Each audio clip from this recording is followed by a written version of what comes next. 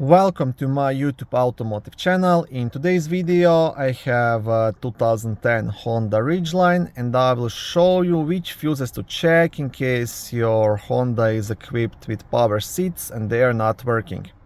This video will apply to Honda Ridgelines made from 2006 all the way up to 2014.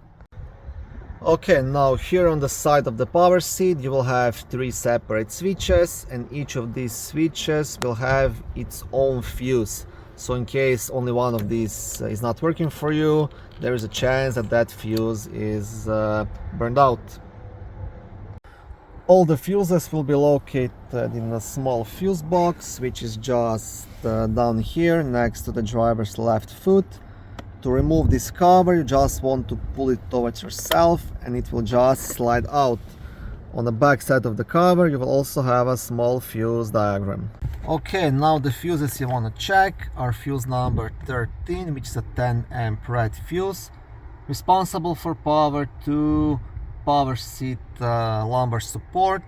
Next to that one is fuse number 14, 20 amp, responsible for power to power seat sliding. And then you have a fuse number 16, which is a 20 amp yellow fuse also, and responsible for power to power seat reclining.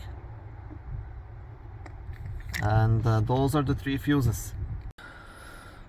If all of these fuses are good, then you will have to dig a bit deeper and start checking all of the wiring, electrical connections, switches, and the motor itself. Thank you for watching this short video. I hope it was helpful and educational. If it was, please like it and consider subscribing to my YouTube automotive channel. On my channel there is lots of how-to videos, do-it-yourself videos, car reviews, product reviews and other similar automotive topics.